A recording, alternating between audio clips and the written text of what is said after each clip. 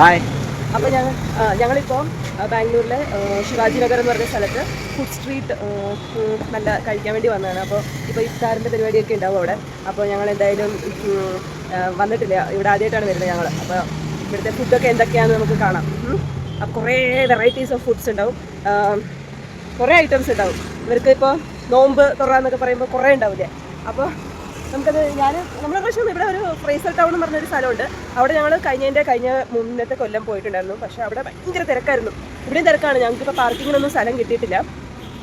ഞങ്ങളൊരു 1.5 കിലോമീറ്റർ മാറ്റിയിട്ടാണ് വണ്ടി ഇട്ടേക്കുന്നത്. അപ്പോൾ ഞങ്ങൾ 1 കിലോമീറ്റർ ദൂരം മാറിയാണ് ഞങ്ങൾ ഇട്ടേക്കുന്നത്. അപ്പോൾ എന്തായാലും അങ്ങോട്ടേക്ക് കുറേ നടക്കാനുണ്ട്. ഇപ്പോൾ എന്താ വെച്ചാൽ അങ്ങോട്ടും ഇങ്ങോട്ടും ഊട് വഴികളൊക്കെ. അപ്പോൾ അവിടെ നടന്ന് ചെല്ലണം. ഇവിടെ ചെറിയ ചെറിയ കടകളൊക്കെ ഇപ്പോൾ തുടങ്ങിയിട്ടുണ്ട്. പക്ഷേ മെയിൻ ഫുഡ് സ്ട്രീറ്റിലേക്ക് എത്താനായിട്ട് ഇനിയും 1 മണിക്കൂർ അല്ല ഒരു 10-15 മിനിറ്റെങ്കിലും നടക്കാനുണ്ട്. അപ്പോൾ ഞങ്ങൾ അവിടെ പോയിട്ട് കണ്ണ് ചിമ്മുന്ന ഫുഡുകളൊക്കെ കാണാം എന്തൊക്കെയാണ് അല്ലേ.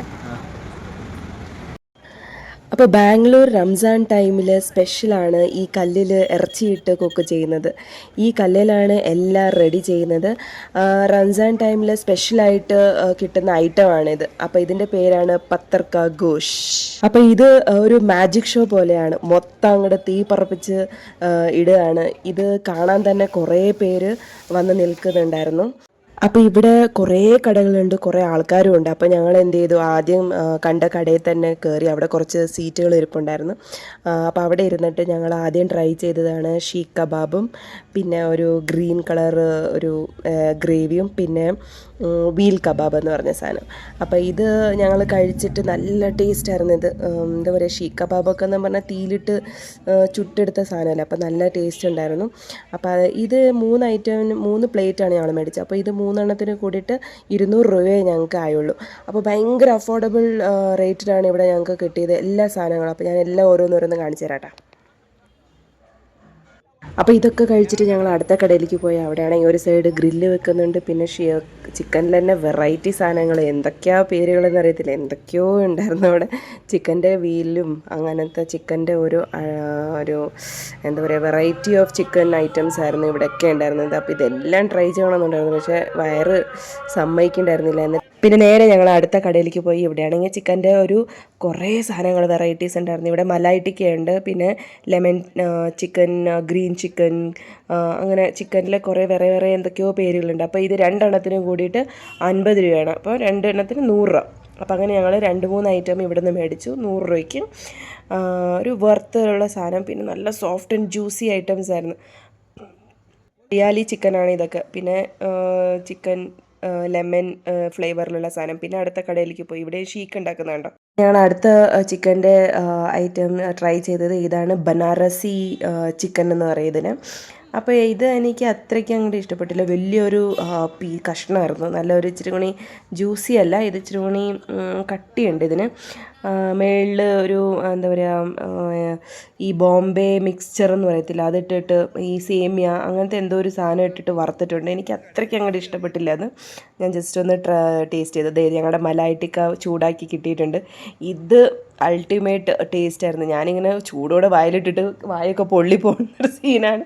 എന്നിട്ട് ഞാൻ കൈ കൊണ്ട് എടുത്തിട്ട് ഓരോന്നോരോന്ന് ഞാനെല്ലാം മലായി ടിക്കയും പിന്നെ അത് ഞങ്ങൾ ഇനി ഒരെണ്ണം ചില്ലി ടിക്കയായിരുന്നു. അതൊരു പൊളി സാധനമായിരുന്നു. നല്ല ടേസ്റ്റായിരുന്നു.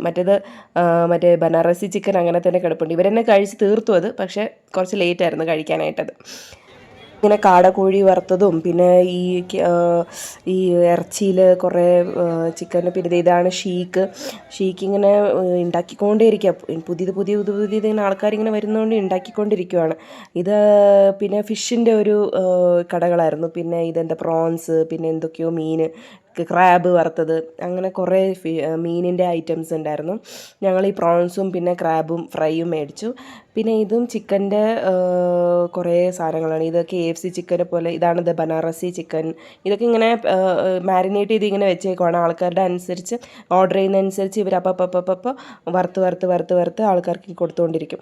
അങ്ങനെ ഞങ്ങൾ ചിക്കനൊക്കെ ഇങ്ങനെ തിന്ന് ഇറച്ചിയൊക്കെ കഴിച്ചിട്ട് ഭയങ്കര ഫുള്ള് ടയേർഡായി. അപ്പോൾ ഞങ്ങൾ പിന്നെ ഇവിടുത്തെ റംസാൻ സ്പെഷ്യൽ സ്പെഷ്യലാണ് ഹലീം എന്ന് പറഞ്ഞത്. അപ്പോൾ ഞങ്ങൾ പിസ്ത ഹൗസ് ഹലീം എന്ന് പറഞ്ഞിട്ട് ഇവിടുത്തെ ഒരു ഫേമസ് സാധനമാണ്. അപ്പോൾ ഞങ്ങളത് മേടിച്ചു. ഇതിന് ഒരു ചെറിയൊരു പാക്കിന് വേറെ കടകളിലൊക്കെ ഉണ്ട് കേട്ടോ, കുറവ് പൈസയ്ക്ക് 100 രൂപ 150 രൂപ അങ്ങനെ കുറേ ഇങ്ങനെ ഹലീമൊക്കെ കിട്ടും. പക്ഷേ ഞങ്ങൾക്കിത് നല്ലതാണെന്ന് പറഞ്ഞുകൊണ്ട് ഞങ്ങൾ ഇത് മേടിച്ചു. പക്ഷേ ഇതിന് ഇച്ചിരി വില കൂടുതലാണ്, 350 രൂപയാണ് ഈ കുഞ്ഞ് ഡബ്ബയ്ക്ക്.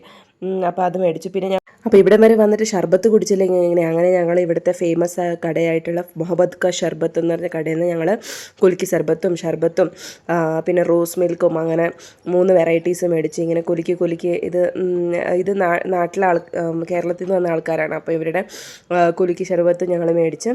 ഇതൊരു വെറൈറ്റി സാധനമായിരുന്നു. ആ ചൂട്ടത്ത് ആ തിരക്കിൻ്റെ ഇടയിൽ ഇത് കുടിക്കാൻ നല്ല രസമായിരുന്നു. അത് കഴിഞ്ഞിട്ട് ഫൈനലി ഞങ്ങൾ ഇവിടുത്തെ ഏറ്റവും ട്രെൻഡിങ് ആയിട്ട് പോകുന്ന ഈ കാരമൽ പുഡിങ്, ഇത് ഒരു എന്താ പറയുക മെൽട്ടിങ് പുഡിങ് ആയിരുന്നു. ഇതിന് വെറും 40 രൂപ ഉണ്ടായിരുന്നുള്ളൂ. എല്ലാ അഫോർഡബിൾ പ്രൈസസിലാണ് ഇവിടെ ഉണ്ടായിരുന്നത്. അങ്ങനെ സ്റ്റാർട്ടേഴ്സ് ഇന്ന് ഡെസേർട്ട് വരെ എല്ലാം ടേസ്റ്റ് ചെയ്തിട്ട് ഞങ്ങളിവിടെ 8 മണിക്ക് വന്നതാണ്. അപ്പോൾ ഇപ്പോൾ 12 മണിയായി സമയം. ഇതും കഴിച്ച് ഞങ്ങൾ അങ്ങനെ വീട്ടിലേക്ക് പോയി റെസ്റ്റ് എടുത്തു കേട്ടോ. ബൈ.